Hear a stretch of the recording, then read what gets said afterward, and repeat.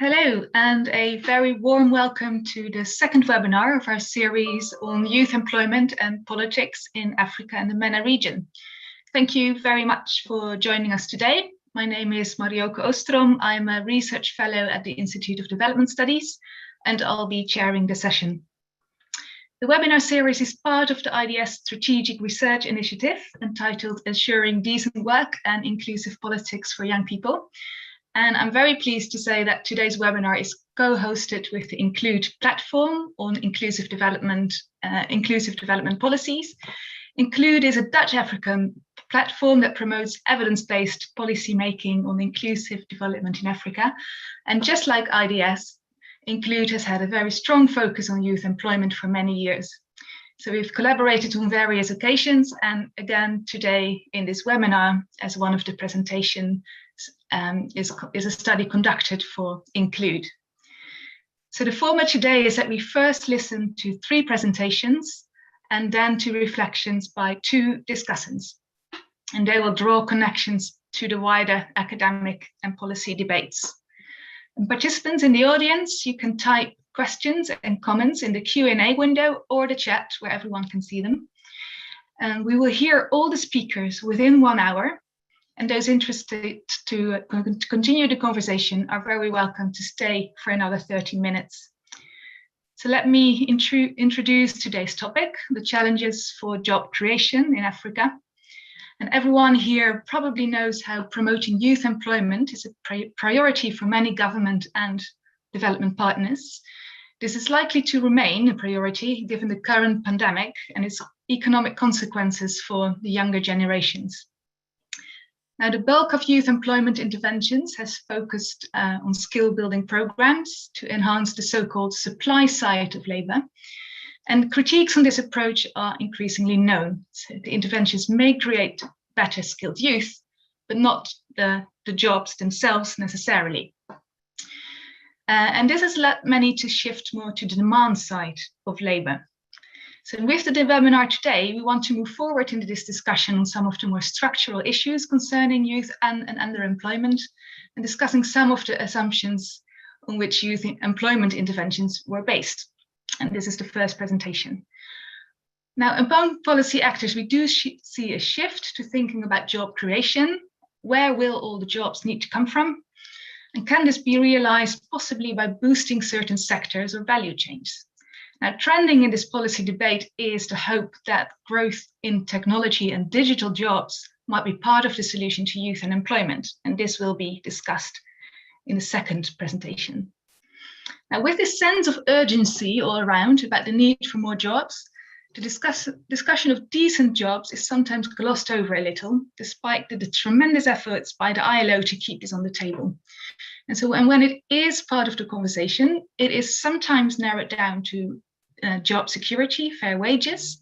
And so our third presentation today will address a dimension of decent work that is often overlooked, the safety of young women in the workplace. It's my pleasure then to introduce you to our 3 speakers.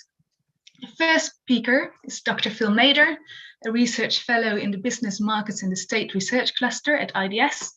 He has over 11 years of research and consulting experience in the field of international development, and his research areas include political economy, finance and development, youth employment, financialization, and financial inclusion. He has led also impact evaluations of financial inclusion interventions. The second presentation is by Dr. Louise Fox. She is a development economist who specializes in strategies for employment creation, economic empowerment, and poverty reduction.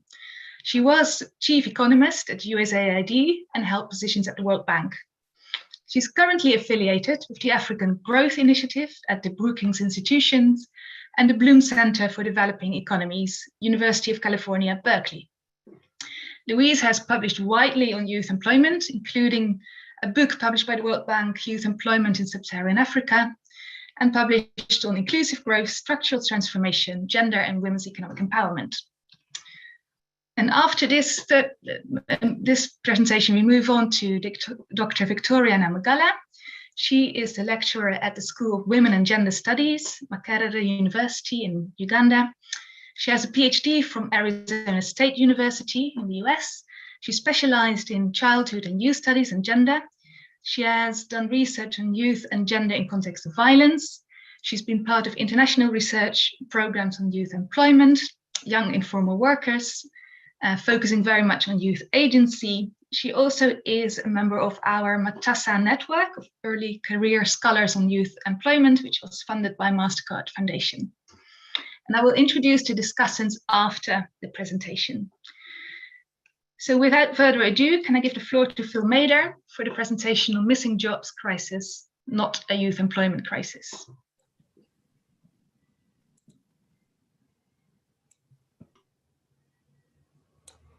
Just getting my slides ready properly here. Should hopefully be working now. Yeah, that's fine. Ask for a quick, okay, thank you very much. Great. Well, it's a pleasure to be kicking off today's webinar with a presentation of the broad messages of a paper which we published last year. We, that is Louise Fox, Jim Sundberg, Justin Flynn, you, Marioka Osterom, and me. So this is going to be relatively data heavy as a kind of way of setting the scene on what the issues are we want to discuss. What is the issue? Well, as Marioka said, there's a lot of momentum internationally behind this notion of investing in youth, which has led to many youth-specific and very much youth-targeted interventions. And while there is no doubt that too many young people in sub-Saharan Africa have difficulty in finding work that provides a satisfactory livelihood, let alone something resembling decent work, many are clearly spending their lives doing unsteady, precarious, lowly paid, and deeply unsatisfying work. But the framing of all this as a youth employment crisis is wrong, or as a youth employment crisis specifically. And this has led to an abundance of interventions that are small, are narrowly targeted, and very limited in their results. And I thought this quite fitting in terms of recent events. It's a bit like trying to refloat that giant ship stuck in the Suez Canal by sending a single digger to move the sand around, a kind of case of the attempted solution being mismatched to the scale of the overall problem. And the dominant framing ignores the fact that young people are actually caught up in a much wider missing jobs crisis, as we call it. And this reflects fundamental structural constraints in African economies, which are preventing the creation of quality jobs for both young people and people of all ages. So in other words, and that's the message, the problem is with the economy and missing jobs for everyone, not with young people. And hence a focus on young people won't bring these jobs about. Now, we believe that African governments, for the most part, actually know this and want to focus on broader economic transformation. But foreign development partners often still want to see targeted youth employment projects, which are usually quite expensive, small scale, and not transformative in what they can achieve. So how should we move forward? The still dominant narrative about youth employment in Africa reflects 5 common misconceptions, which we would argue can be shifted in order to make space for better, more transformative policies. And the first one of these misconceptions or false narratives, problematic narratives, which should be shifted, is the narrative of demographic threat and opportunity. The relatively slow demographic transition in sub-Saharan Africa and this image of a youth bulge are all foundational to a narrative of there being quite a unique crisis and a unique opportunity at the same time, all of which require policymakers to focus on the youth. However, large shares of young people entering labor markets is neither new, nor is it specific to Africa. The world has seen this before. And the size of both the demographic bulge and the supposed demographic dividend are commonly very much overestimated and overstated. Particularly the claims about the supposedly large demographic dividend are mistaken because this would require a far more rapid decline in fertility and a larger rise in savings rates than what we currently see in sub-Saharan Africa. Actually, the labor force in sub-Saharan Africa is still growing at about 3% per annum, but the youth share of both the whole population and of the working age population, as you can see here, has already been declining for quite some time, although it's important to note that that's at different rates in different countries. Now, the second there's this narrative that unemployed young people would be particularly prone to engaging in political violence or crime or migration, or are just more at risk of becoming radicalized, which again appears to justify a donor focus on youth. And some donor countries even increasingly explain their funding of development programs in terms of using it to counter international migration and radicalization. But in reality, the majority of young people remain peaceful, even when faced with economic adversity, and even when they live in contexts of armed violence. And frankly, if all unemployed people were violent, then we would see violence in many more places than we do.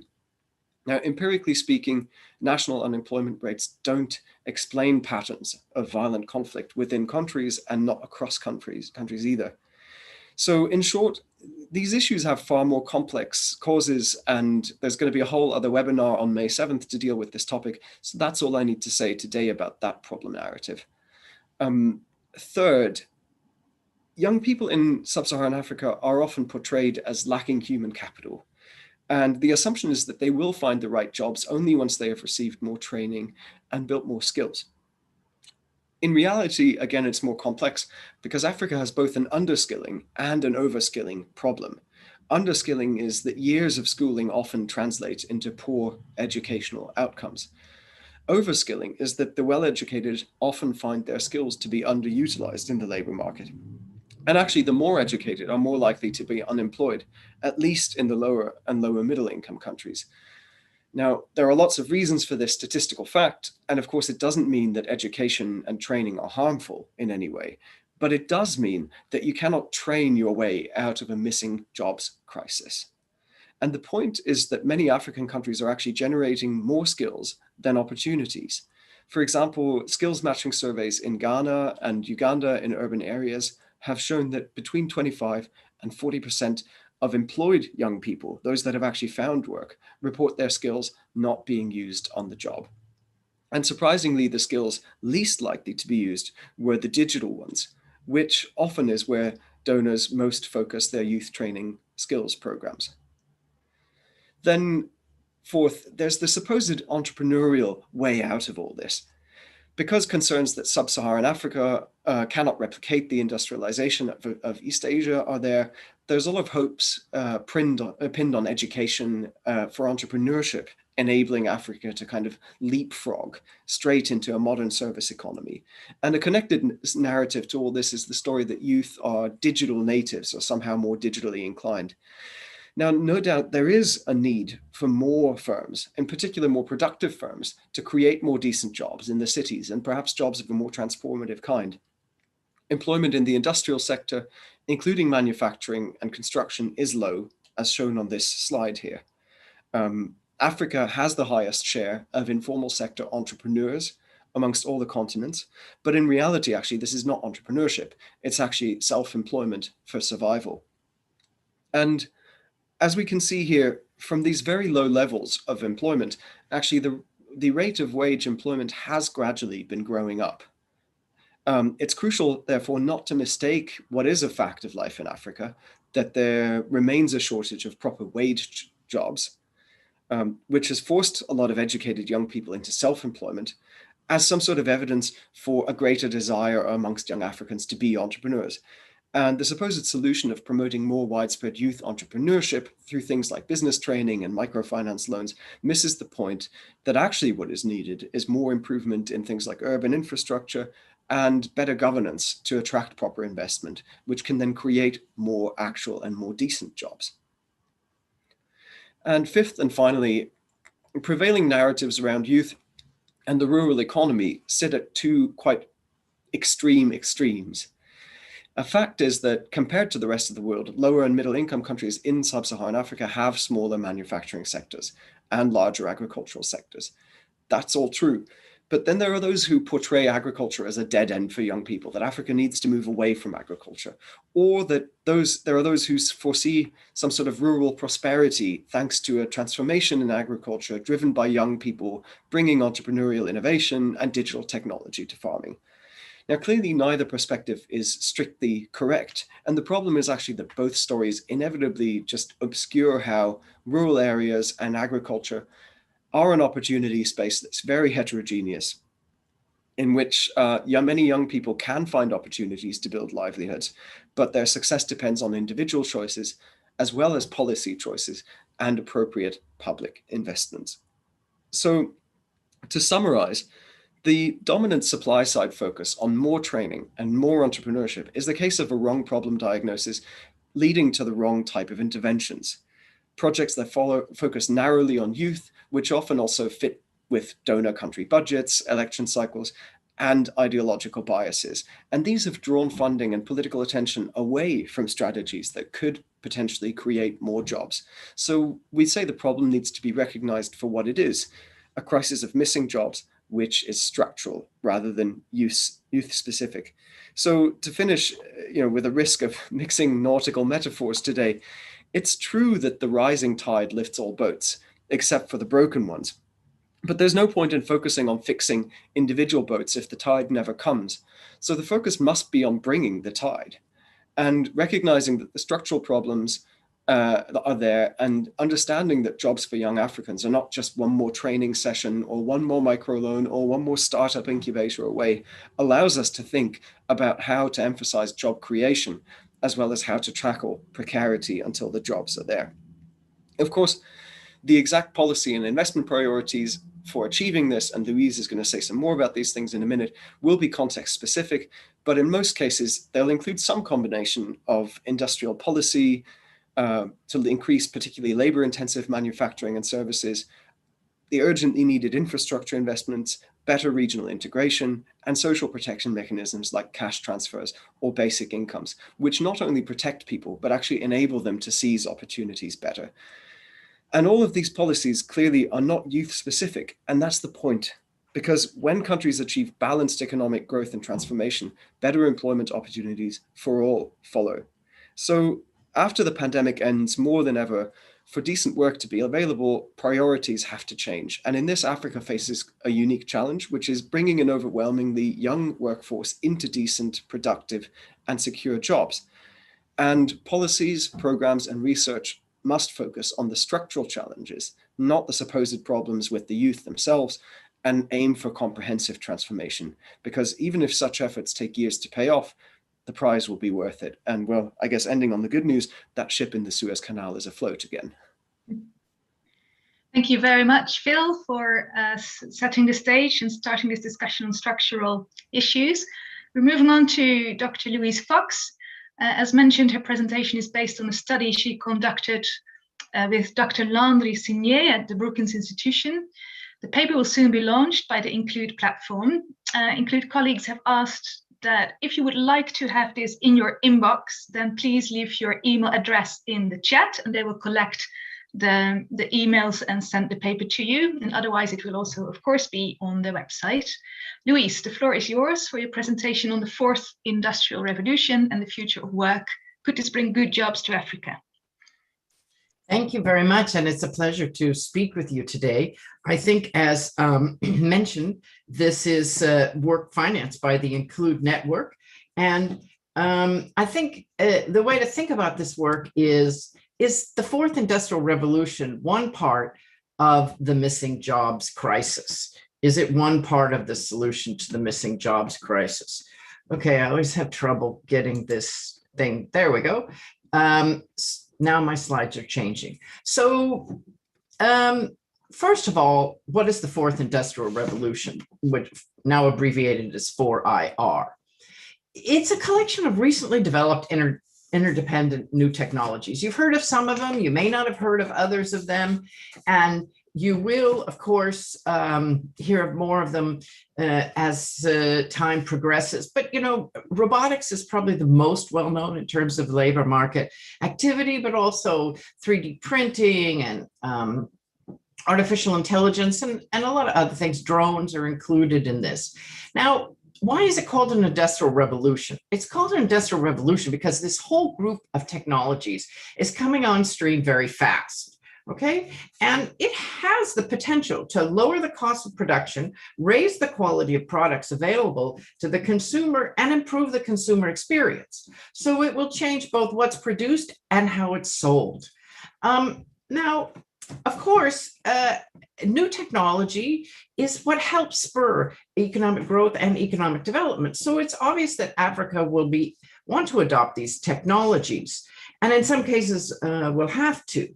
Now, the question is, can this encourage new firm entry growth, creating more formal wage jobs? Because as Phil has already explained, that's what Africa needs.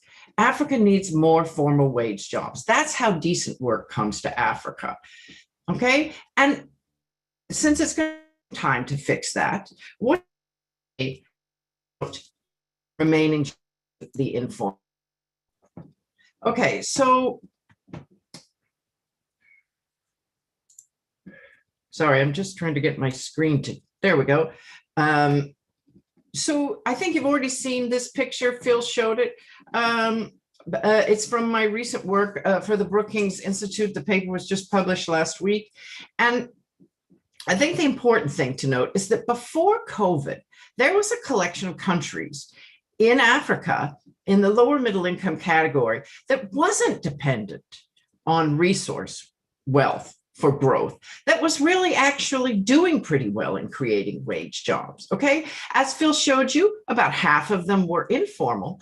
But having said that, look, these countries are doing as well as other regions in this process.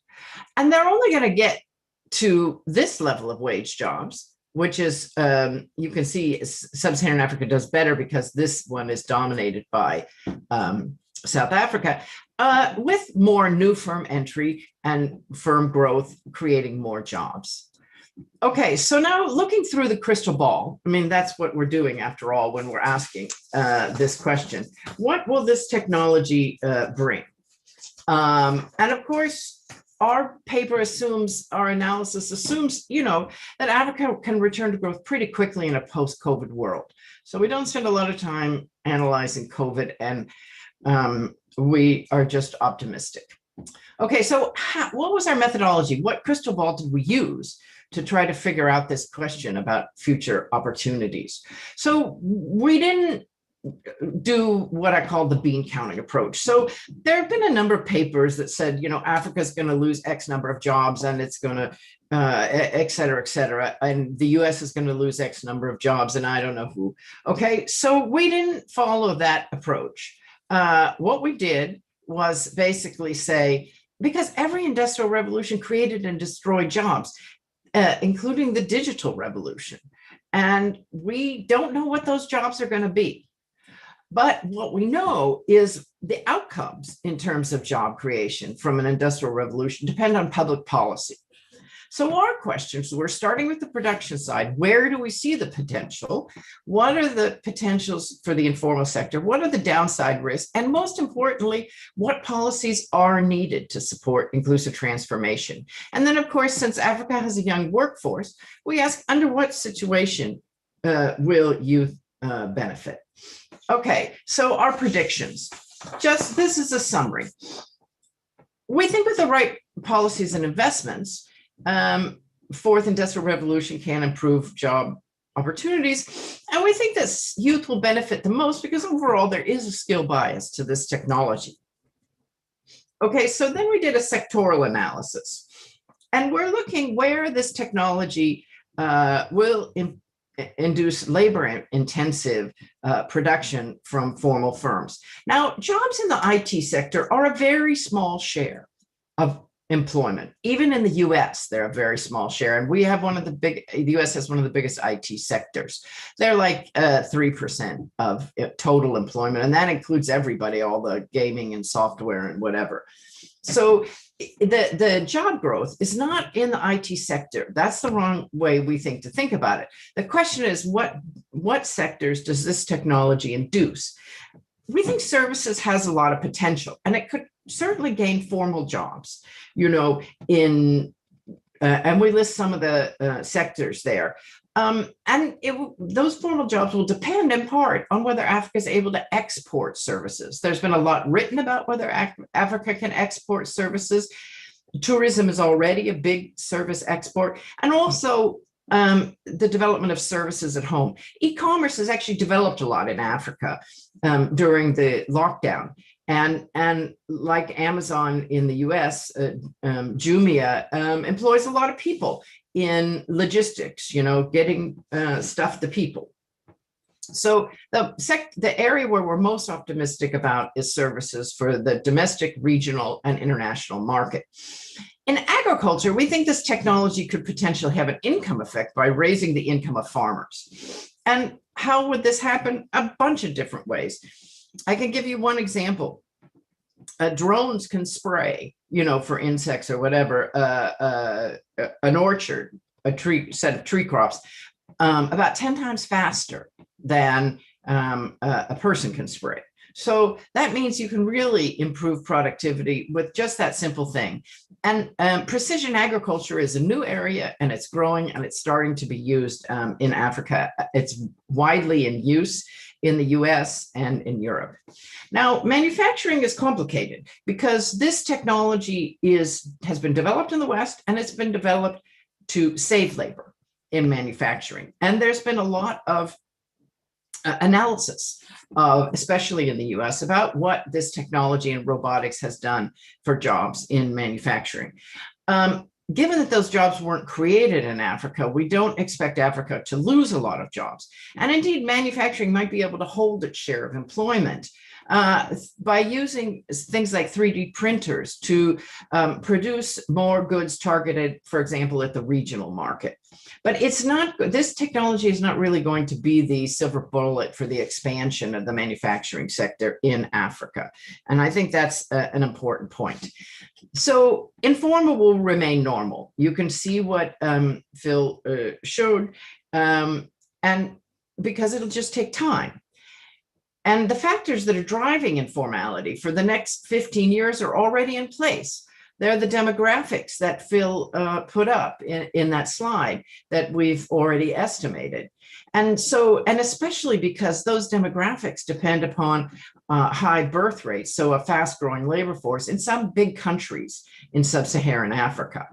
And so we don't expect to see a big shift in the share of employment that's informal. The OECD predicted that by 2040, this is for all of Africa, including North Africa, the OECD predicted that informal employment might drop as a share from 68% to 64% if current trends continue. And so we think, okay, maybe the fourth industrial revolution could get that down a little bit more, maybe to 60, but informal is going to remain normal. But again, the fourth industrial revolution can bring some benefits in terms of earnings to the informal sector. We've already seen what mobile phones and mobile money have done, where it can be widely adopted. And so the gig economy really has the potential to provide a more secure income, for example, in parts of the informal sector. Now, there are some issues in that, who benefits, whatever, and that's a complicated area. Okay, so what are the challenges in Africa? What policies are needed? All right, first of all, skills. As Phil said, everybody talks about skills. This is the answer. Youth need skills to adopt fourth industrial revolution. This is an area where I think we need to tread carefully. So it's true that fourth industrial revolution technology is high skill intensive, mostly not low skill intensive.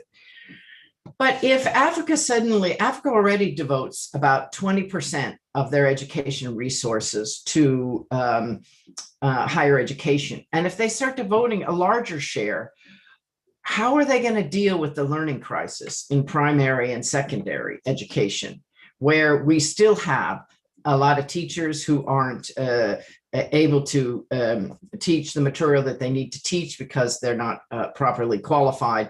And so we see that students aren't learning. So we need to be very careful about these skills.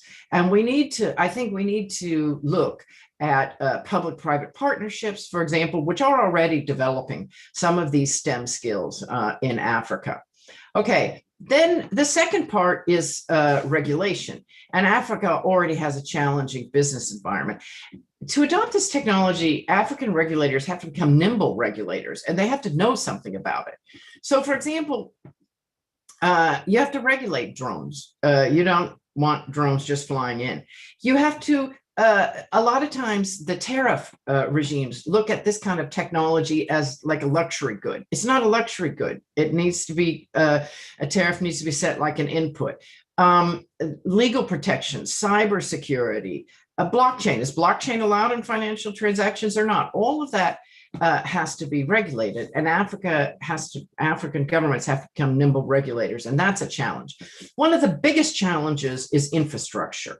You know, although Africa-wide figures show something like 50% of the continent using mobile phones, for example, the difference among countries is huge.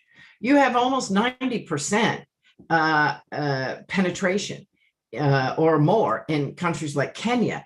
And then some countries in West Africa, like Guinea, have very low percentage because basically they haven't regulated internet properly, and they haven't developed, they haven't pulled in the private capital to develop it. And infrastructure is, and the internet is also very expensive. So so that's a problem. And the fourth problem is, of course, and then there's electricity, and that's an issue as well, electricity being expensive, and financing. Okay, I'm going to wind up because I'm out of time. What can be done? So our recommendation is, in a nutshell, governments have to develop an integrated strategy for this.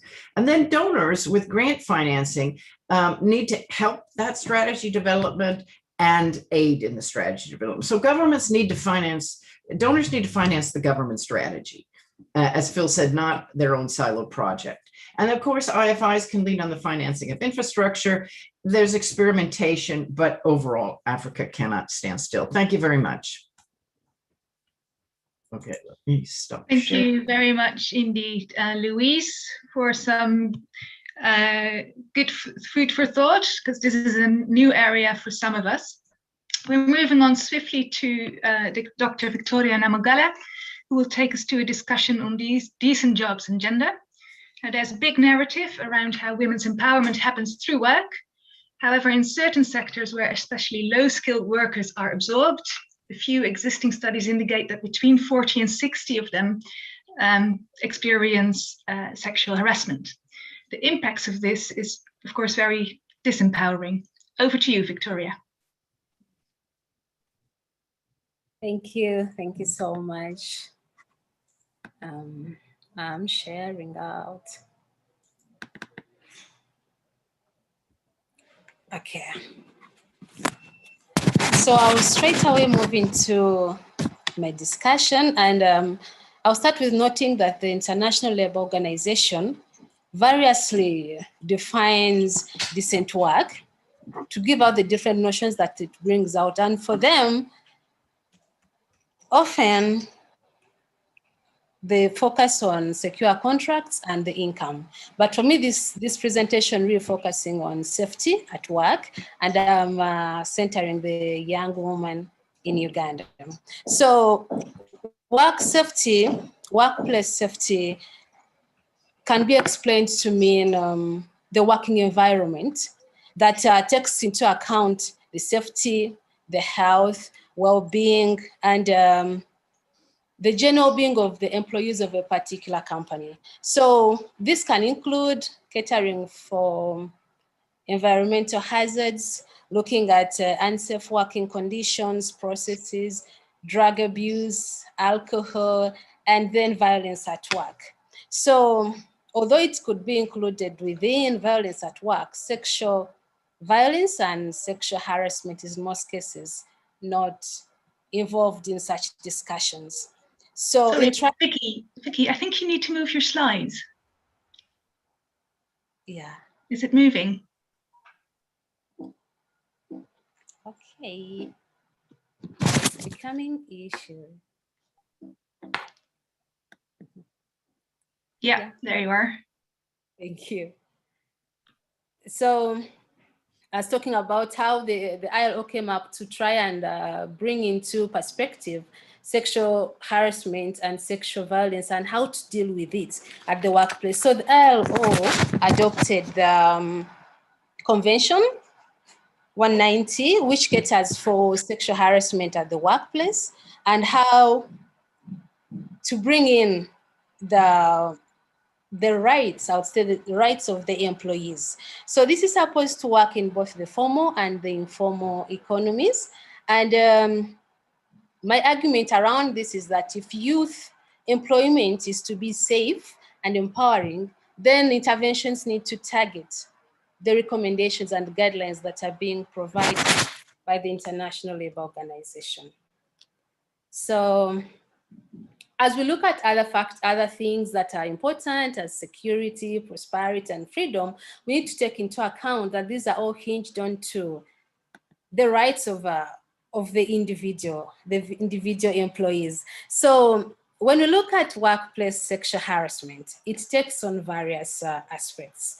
And as you see these ones listed here, I'll try to explain how sexual harassment is not just about sex, because some people might think it's sex, but it's something that's intersectional, that brings in other factors, that draws on to different perspectives and different identity markers to harass particular individuals, to affect particular individuals more than others. So in the informal setting, it so happens that the young, the less educated, the less skilled, those without contracts, and the seasoned workers, migrants, tend to suffer more compared to the other employees within the company.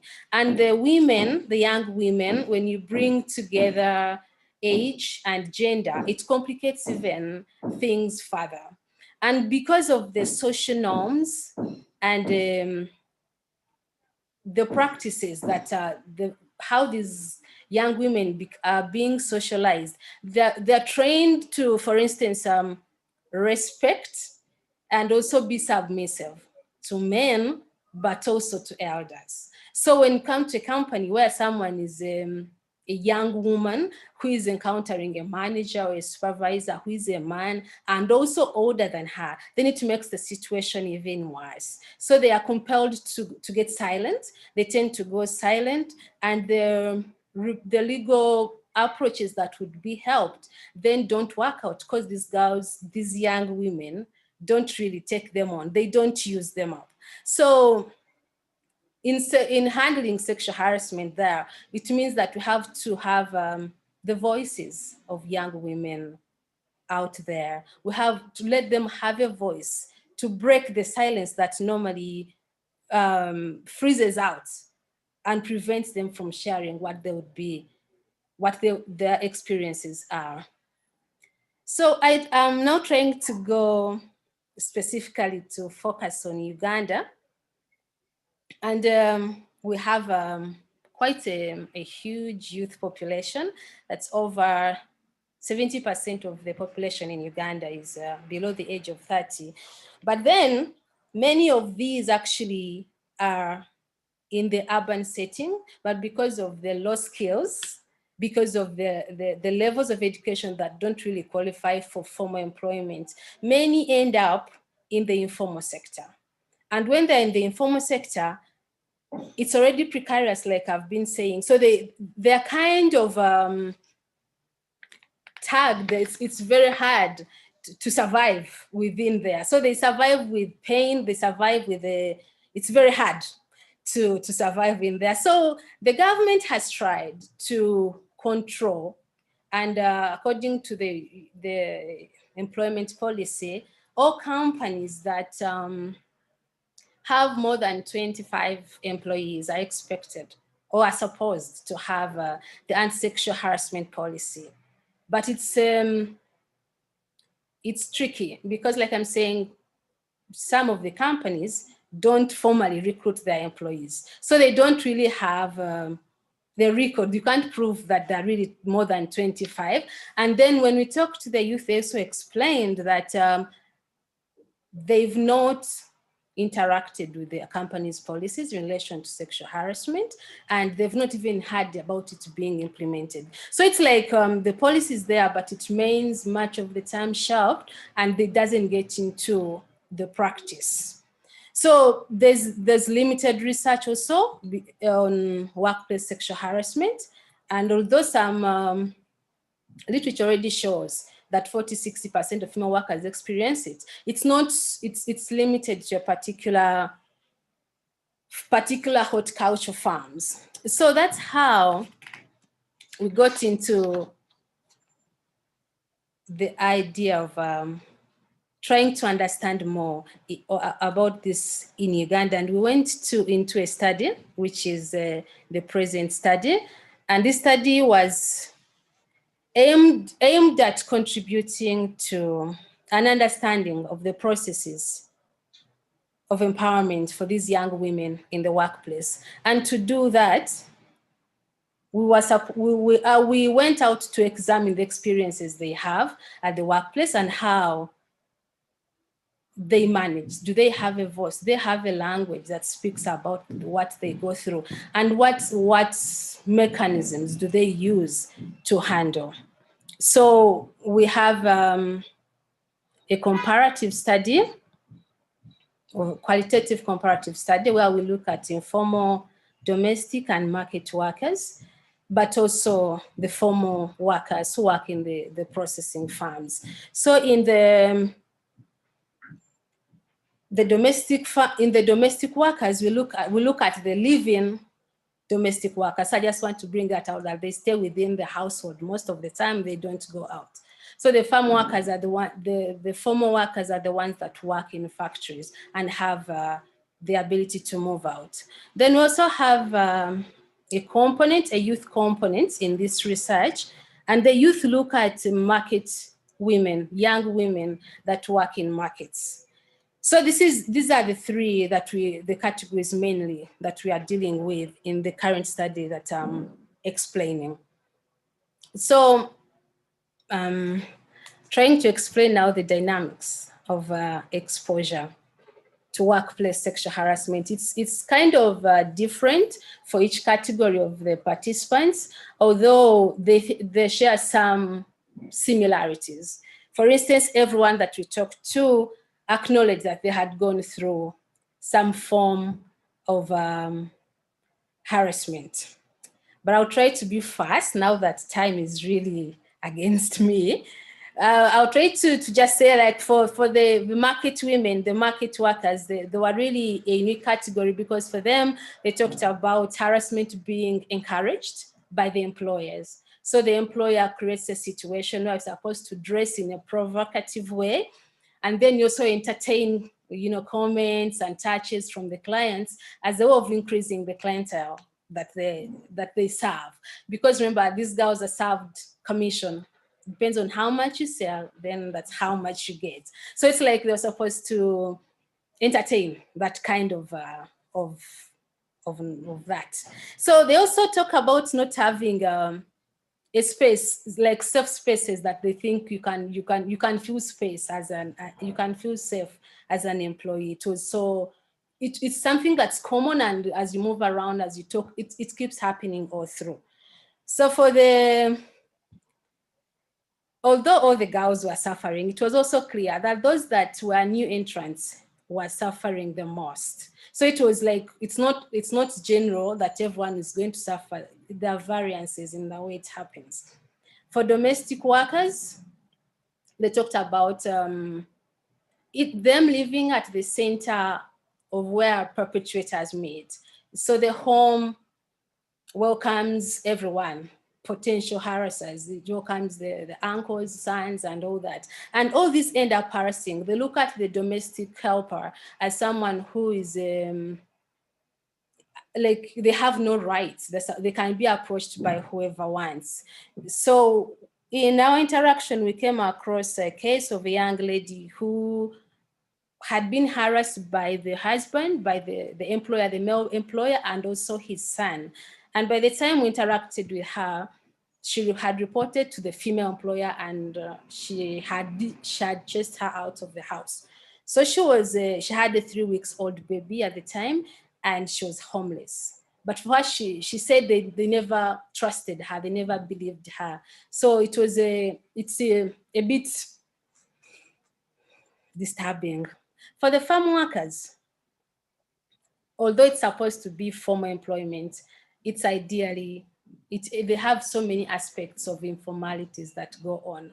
So they have no contracts. They are paid peanuts, like they are paid very little money. They were earning between $1.2 to $2 per day, which they would then take off lunch. As you're being paid, they take off your lunch. And if you make any mistakes, you come late or you damage the product, then the amount is also deducted. So it was like they end up with almost nothing.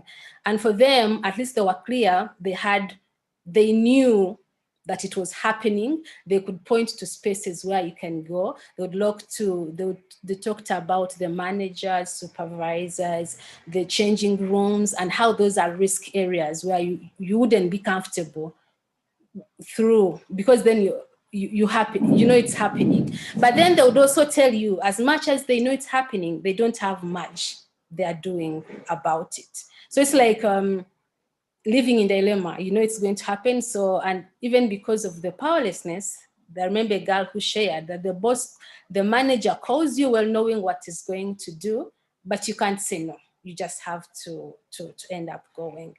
So it's like, yes, can I have just 1 minute to finalize this one? So when it comes to the voice and the agencies, like the socialization really creates issues with how girls relate to with the perpetuators, and then the society is also comply. It's kind of accommodating to the harassment that goes on, although. So there were some bold girls that really were saying for them they would speak about it. The implications, I really want to rush to the recommendations. Yes, thank you. So what does that mean, given what we've talked about? So it's like, it's not something that's not known. So it's, we need to, we recommend that the youth employment presents the debates on youth unemployment interventions are gradually shifting and tackling the more structural dimensions that cause unemployment. There's thus need to complement the focus on skill building to addressing structural issues. And I also argue for addressing gender norms and policies at the workplace. Then job creation may automatically not produce decent jobs per se, but we may need to integrate approaches that help women recognize and even talk about sexual harassment at the workplace. Thank you so much. Thank you, Victoria. Thank you very much for presenting a very different insight into the workplace, and one that must not be forgotten, I would say. And because we've been thinking about economic structures, but this suggests we need to think also about social and gender structures that shape the world of work. Now, one question is that too much for youth and employment interventions to take on, or is that indeed working holistically? And I liked your last slide with like some of the youth employment interventions are missed opportunities for doing this. So we're moving on to the discussions now, and thank you so much to all three speakers. The questions have started pouring in, so we're looking forward to more discussions. First, can I please introduce Azita Berarabat, who is an internationally renowned political economist and global policy advisor on inclusive socio-economic policies with extensive experience in the UN. She was director of the Employment Policy Department for over 10 years. She's been closely involved in UN responses to youth unemployment, and currently she's director of the policy at the Global Labour Organization and senior fellow at the Graduate Institute of International Development Studies in Geneva. Azita, please. Thank you, Marioke, for this kind introduction, and to all presenters for their very insightful presentations, and hello, everyone.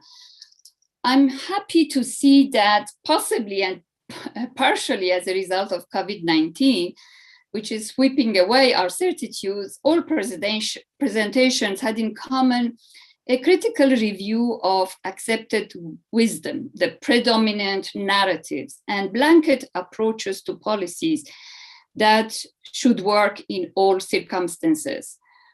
In the interest of time and in the few minutes that I have, I will pick only on a few issues of direct relevance to policy, national policy making, but also international support by international organizations, by donors, by private sector, because much of my experience has been in advising on employment policy and overall employment policy, not youth employment, and these connections.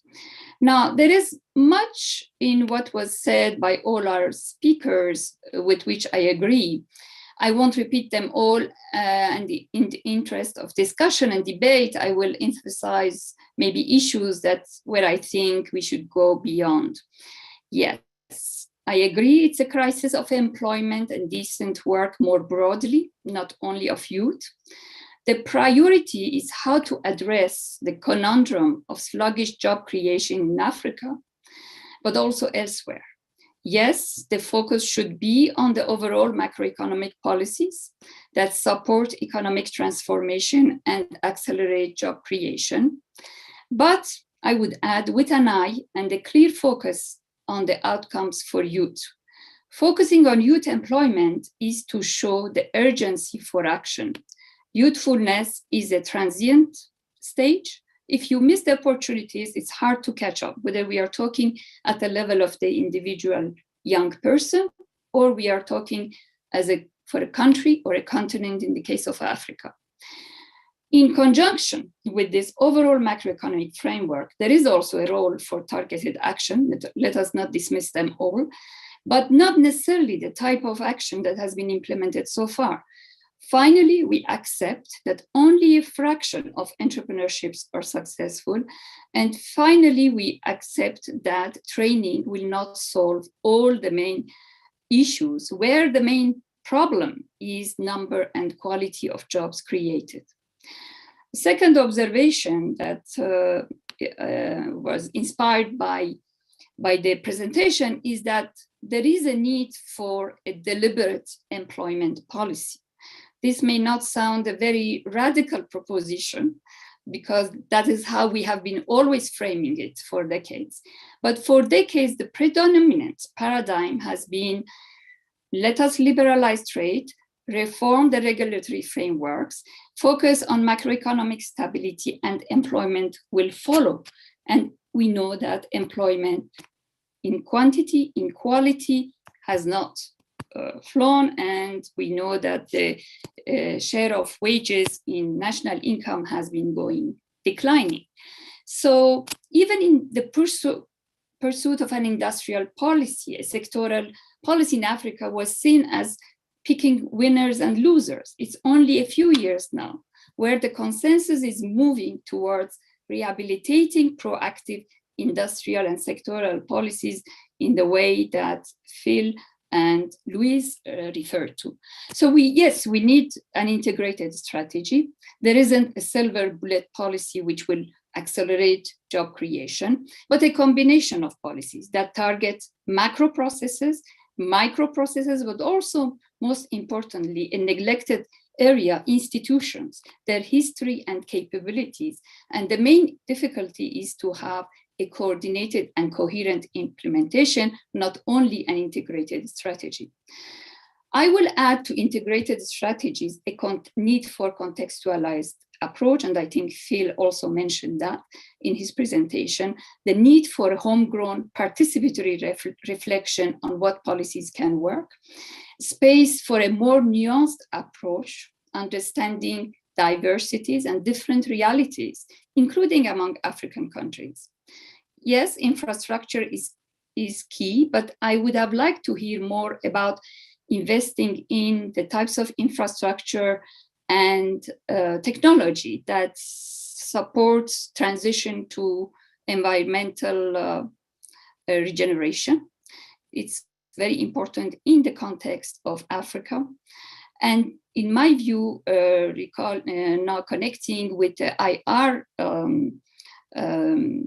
industrial IR4 technologies, as Louise named them, there should be a new feature in any employment policy, the issue of how to manage the adoption or the type of technologies through incentives and disincentives at the macro level and in specific sectors. This is a very diverse conversation that need to be handled at the country level in a very specific context.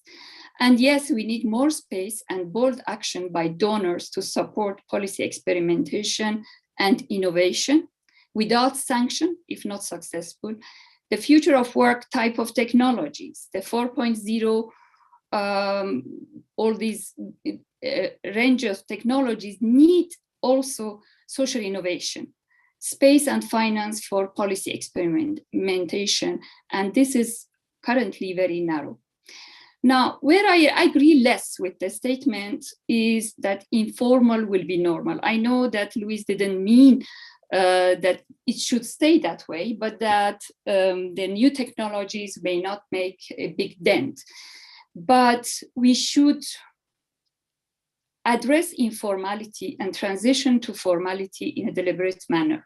62% of the world labor force globally are informal. And informality is not only a reminiscent of the traditional sectors in low-income countries in Africa, it is reinventing itself in modern economies, inside formal establishments, and now increasingly in digital platform economies. So it's not a question of only traditional sector. Informality, let us recall again, it's about precarity, working poverty, inequality, low quality of jobs, lack of protections. And it affects 9 out of 10 working youth, those who have a job. So we really need deliberate policies as part of the structural transformation and formal job creation. Victoria alluded to Convention on Harassment and Violence, but let me also mention Recommendation 204 of ILO on transition to formality, which actually provides a menu of policies that have been tried, and it is not about sanctions, forced formalization, but also access to finance, to technology, to resources, institutions, and to a series of protections, social protections, and the way also Phil mentioned it, how it affects productivity.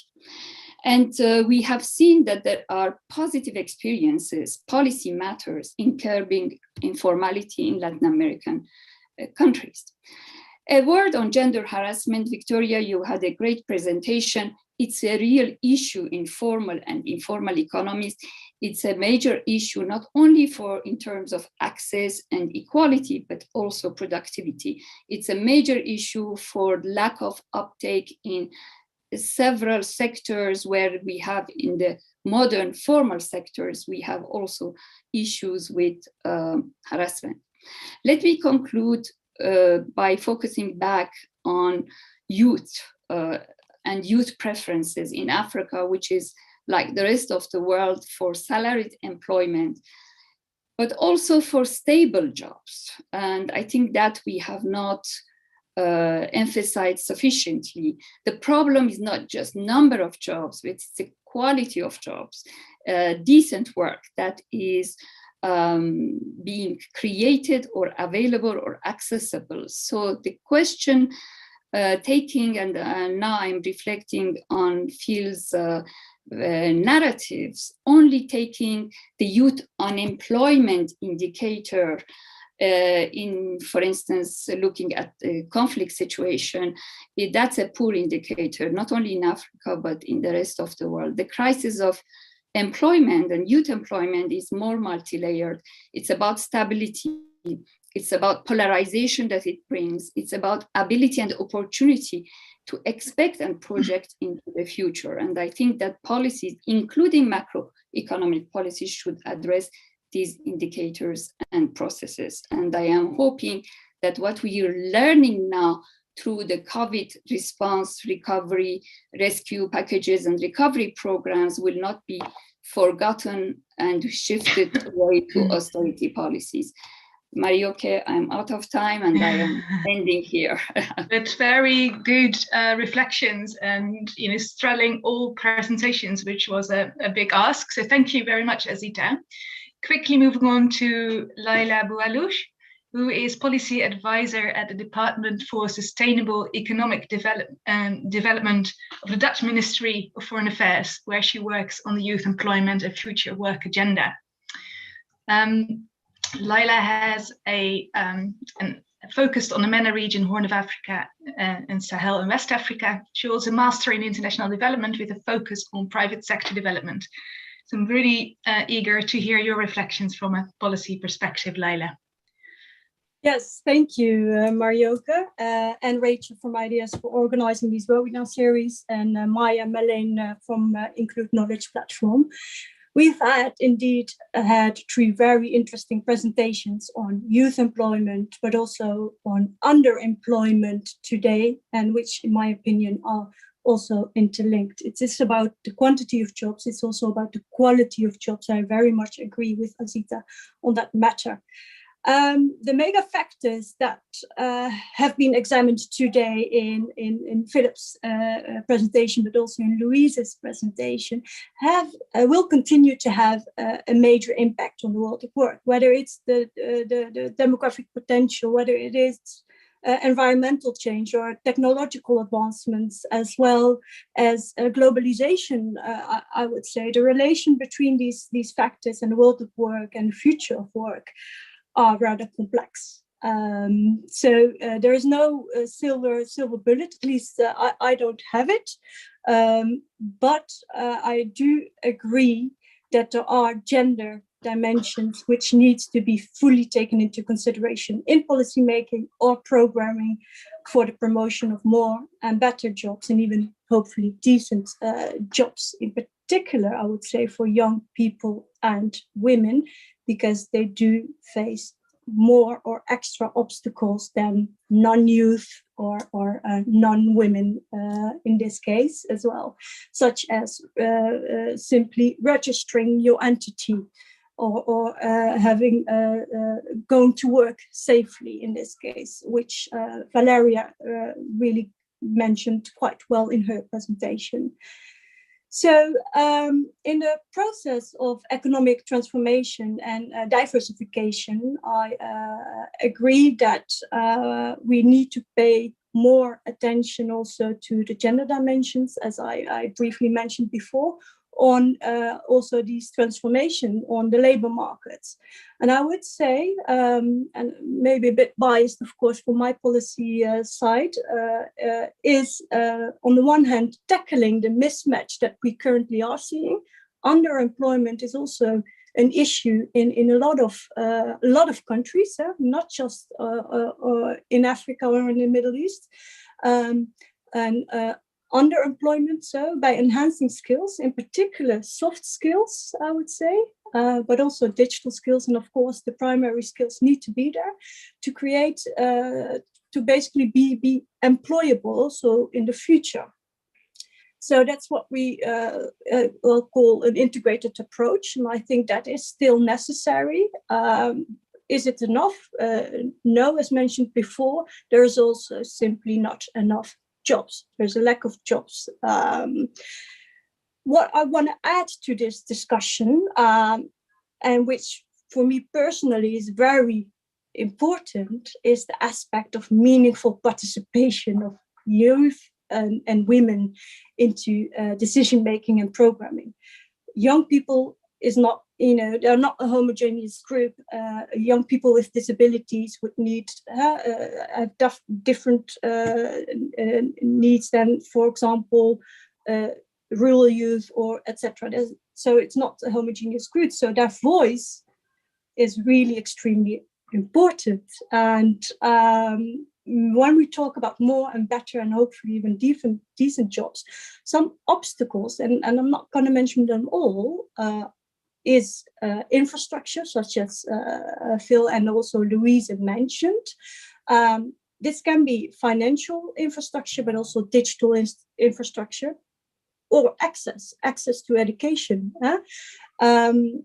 So when we are looking at the future of work, yes, I agree, jobs will be destroyed, but we also create new jobs. If you're going to look 10 years ago, I would have not thought about being an influencer or a 3D fashion designer or drone instructor would be jobs, whether they're decent or not. That's a different question, of course. But research shows that children currently at primary school will go into jobs that currently don't exist. And I think that the service industry in this case, which also Louisa mentioned and Phil also in his presentation, is a really interesting sector basically to focus on. So to round it up, because I know we are over time, to really make a meaningful difference and into our policy or in our programming, I would say include those voices. And for me, that even starts in this webinar, right? So not just talking about them without them. And that's something that I was realizing during this webinar. And I thought it's quite a shame that I am doing a reflection and not someone from the continent of Africa replying. So that's something I think I want to put out there, and I'll leave it out there due to time-wise. But thank you. Thanks, Azita and Laila, for your reflections. We do have you civil society representatives in future webinars as discussants to say, and as speakers to say how this is all applying to them. Thanks for that. We've received very many questions and comments, and it will be hard to be talking to all of them. So the speakers have, of course, heard some of the comments by the discussants. I'm going to start with Phil asking you to reply. You know which questions have been directed. I also wanted to flag to Louise that you'll be replying second. And a question that has been asked to Louise is to speak to differentiation within the African continent. The labour market is very different in South Africa compared to Tanzania or Mauritania. That's if you could speak to that, Louise. Phil, could you speak to a first question?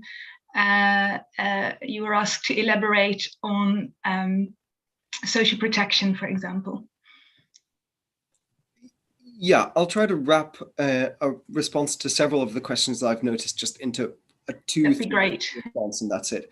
I mean, Marlene's question about the value of social protection interventions allows me to very briefly clarify a basic terminological issue, which is that supply side is about changing how young people supply their labor to the labor market. That is about whether to join it in the first place or what types of skills they bring or attitudes they bring to the search for work opportunities. Whereas demand side is about changing how much demand for labor that young people or anyone else is bringing to the labor market, how much demand for that labor there is in that particular labor market.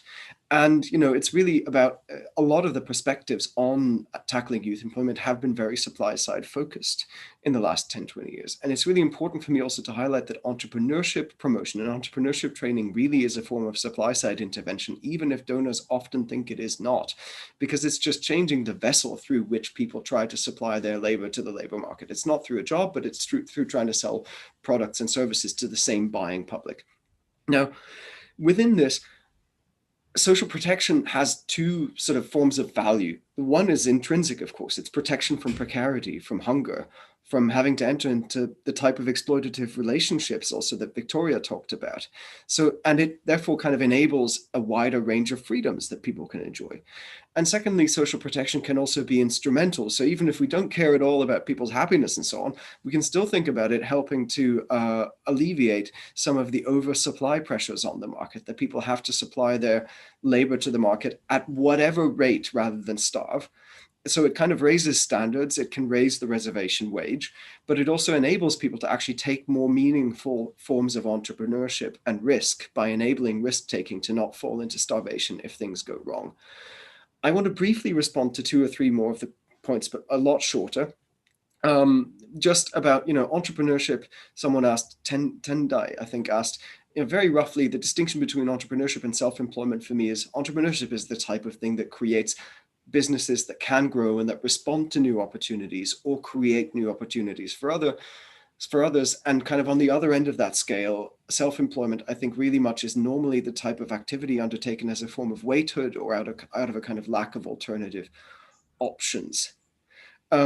And so, yes, we do need to, somebody talked about silver bullet thinking. We really do need to move beyond silver bullet thinking. And in cases where labor is being imported, as instead of domestic people doing the work themselves, we need to ask about whether that was in those cases because adequate skilled work was genuinely not available, or because of, say, forms of investment that have been structured not to benefit the target country. I was shocked last time in Senegal, they're building a railway and a highway system, and the workers were all from China. And it's not that there's not Senegalese workers who could do the work.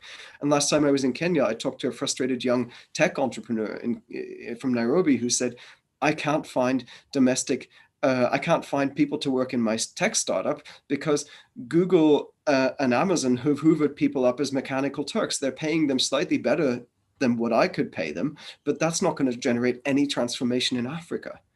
So lastly, I want to respond to the point about sociological theory and sociological graduates, just because that's close to my heart. It's an anxiety I recognize from teaching sociology in Switzerland, which is like the country with the lowest unemployment rate in the world. And the sociology graduates are worried about finding a job there. But having taught it there, I see that sociology gives people relevant skills, analyzing complex economic and social problems with a realistic understanding of the social context that created them. And the students find jobs in government as well as in business and the third sector. So of course we need to make sure that the teaching is relevant, but the point is no country needs just engineers and doctors. And I think, and also below, countries mostly need people with a good level of literacy, numeracy, and critical thinking. So what Louise said is it's not about expanding access to certain forms of higher education. I think mainly the education focus here is on, raising the level of average education so that people can basically better communicate with one another and respond to job opportunities when they come in. Thanks, Phil. Louise, there's a list of questions for you. Could you please first address that diversity between African countries? There's also questions on the role and relevance of wage subsidies as another measure that I think you could speak to. And then there are a few questions about 4IR in particular. The extent, if you have some reflection or an assessment on the scale of job losses due to 4IR, and can it be offset by the jobs it creates, which is probably a difficult one to answer because we're not yet sure where we're going. You can speak to the comments. Okay, thanks very much, Marioke, and thanks very much for the comments, and to the commentators, Azita and Lila, for the interesting thoughts. On the differentiation, I put something in the chat. One way I try to deal with it is to differentiate by income group and also to pull out the resource-rich countries. And you can see that in the wage table where I show that if you depend on resource wealth, it really damages the labor market, the job opportunities. So I completely agree. I also think, though, it's important to compare the opportunities for a country like Tanzania or Uganda with where South Africa is, that you need, in order to get to where South Africa is in terms of job opportunities, you need more firms and you need more private investment. But it's a very good point. Wage subsidy, I'm going to talk about wage subsidy and job losses together. Okay, so Darren Acemoglu and Otter at MIT argue that in the US, there has been a lot of job losses because of the adoption of robots. They argue that the main reason for that is the US subsidizes capital. It taxes labor more heavily than capital. And that if the US would tax capital and stop taxing labor, then there would be less substitution. So there are some tasks that robots do better than humans, but there are some tasks where there's a trade-off, and the prices of these factors of production matter. And so I think that's an important point about job losses. And that's why we argue that the impact of technology on the African labor market and job opportunities does depend on policy. Are wage subsidies a good policy? Perhaps. Perhaps they will be in a situation where the majority of the labor force works informally. It is a fairly regressive use of public expenditure. I think it's much more important to look at the tax system. So a lot of times to get foreign investment, countries will, waive all profit taxes and all this tax and all that tax. But I don't see them waiving employment taxes. And so I think we need to look more at those kind of policies, at the tax system, and what's and what's going on there. Thank you. Thanks, Louise. We'll come back to you shortly. First, a few questions for Vicky. So there was one question about exactly the intersection between gender and generation for young women. So how are young women more vulnerable? Good question. Or more exposed? And there's also a question about the role of civil society and women's rights, and and influencing and pressing policymakers, and so any suggestions for pushing for any behavioral changes. So this is about this working holistically. Go ahead, Vicky. Thank you so much. So in relation to gender and generation, I think young women are being multiply marginalized because of how they are socialized to be. The social constructions play a big role in how they encounter the job market and how they face and how they respond.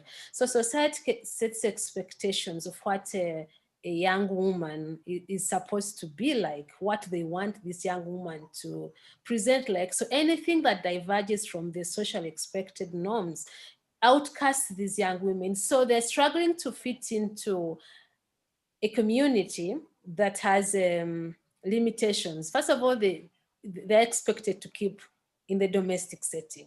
That explains why maybe majority of them, first of all, in the informal sector, in the domestic space, that try to comply with what social expectations demand. So when they're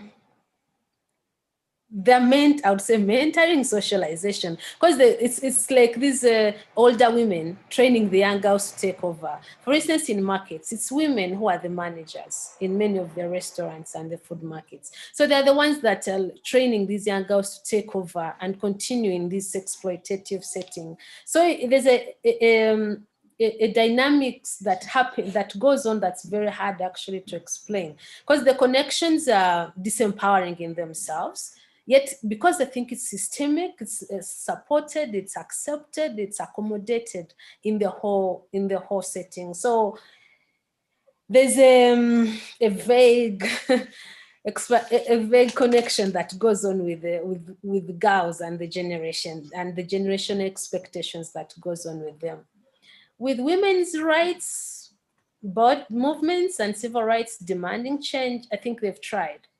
They've tried, but there isn't that space to speak out, like in media, and the way it's spoken about, it gets normally pushed under the curtains there. So it's like in parliament, these laws have been tried, they've been pushed at some point, they stopped somewhere, they can't go to implementation. Like now it's written, you should have an anti-sexual harassment policy, but what happens is the exact opposite of what it should be. So the women's movement is doing, I would say, is trying and pushing, but the struggle is a bit hard. Thank you. Thanks, Vicky. And we know some other examples from the wider East African region that where the individual intervention for a new skill building is combined with some rights awareness and safe spaces in firms with female leaders and representatives, and those connected to the broader women's movements that talk about labor rights, that's a more systemic way of working and is helping to create safer jobs. So there's some learning around it. There's even model workplace policies for firms to discuss, which is something some of the donors could leverage. There's other questions to Louise. There's a question about the efforts for investment in infrastructure, and especially infrastructure related to electricity and the internet. Is that not a precondition for the 4IR? And Azita's comments about informality in 4IR, I think, is also a good one to speak to. Okay. I'll start with the informality one. Look, when I say informal is going to be normal, the point about that is not to celebrate informality. That's not the point.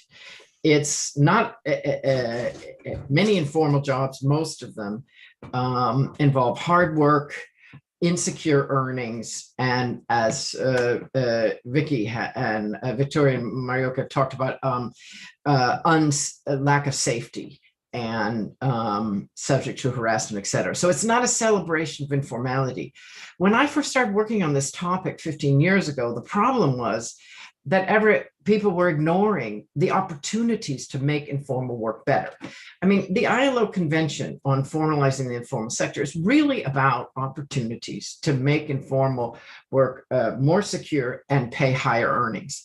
And I just think very often those opportunities are skipped in employment policy in favor of just focusing on wage jobs. There was a question there, should you focus on wage jobs or should you focus on the informal sector? And my answer is both. You can't afford to choose.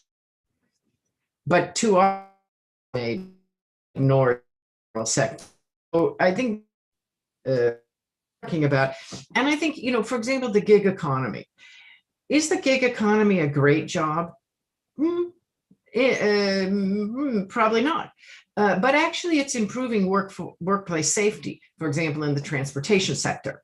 So drivers that are using these transportation, these taxi hailing platforms, say that they're safer. They get paid automatically, and they know who the client is, and so they're less subject to being robbed, etc. Okay, so that's an improvement of an informal job. That I think should be recognized. All right, now on infrastructure. Yeah, infrastructure finance and management is a huge issue. I put a few things in the chat. I would comment on 2 points. A huge need for infrastructure financing and how this can be done in public-private partnerships. Huge problem. There's some success, but it's simply not easy. And there really isn't, and the IFIs and other investment banks really need to work in this sector, obviously. There are opportunities for Africa. Renewables are a huge opportunity for Africa. It has one of the best potentials in renewables, solar and wind. But again, infrastructure financing is needed. It's easier to get it for electricity generation. But then there's the problem of electricity distribution. And some of the legacy state-owned enterprises in electricity distribution are really poorly managed. And that's why the grid can be unreliable. And that's a second problem. Now, on ICT infrastructure, there was this sort of broadband moonshot report, which estimated that at least 80% of the needed ICT infrastructure could be privately financed if the right mechanisms were in place. And so I think that's an important point to think about. Africa needs to crowd in as much private financing as possible, along with effective management and regulation. Okay, I think that's the best I can do at this point. Thank you. Thank you very much. There's been a couple of more other related questions that will probably take us a bit away from the focus of today that are important to mention as other factors like that there are rapidly growing populations. There are links to fertility rates. Now that takes us also in different policy domains. But one of and so there is and we recognize that there is a big growth in the youth population of Africa. I think what this comes back to is that we, many of us, the speakers today, are talking about is the question of unemployment youth specific. And many of us would argue, no, it's this broader structure, this set of policies infrastructure, employment policies that needs to be taken forward to be able to respond to that challenge. And so again, then that big youth population should not be seen as a risk, but there is a real challenge because indeed all of these people will need decent work. So that is, so I've combined a few points, comments that we received talk about the real, like the numbers of in populations.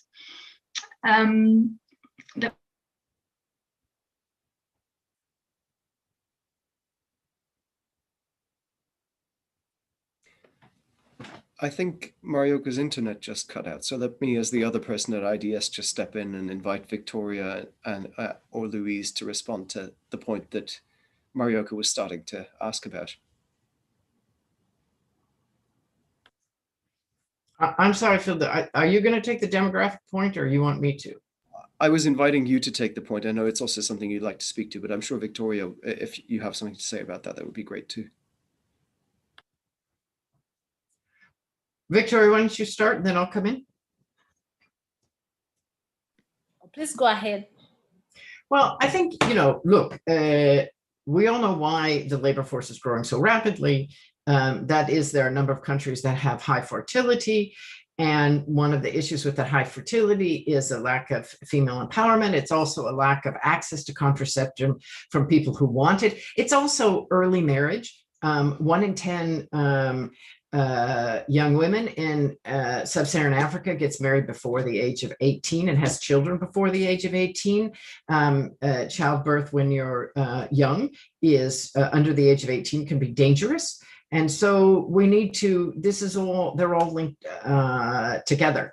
So I think the issue of more attention to the value of better reproductive health systems, I think, is underappreciated sometimes by ministries of finance.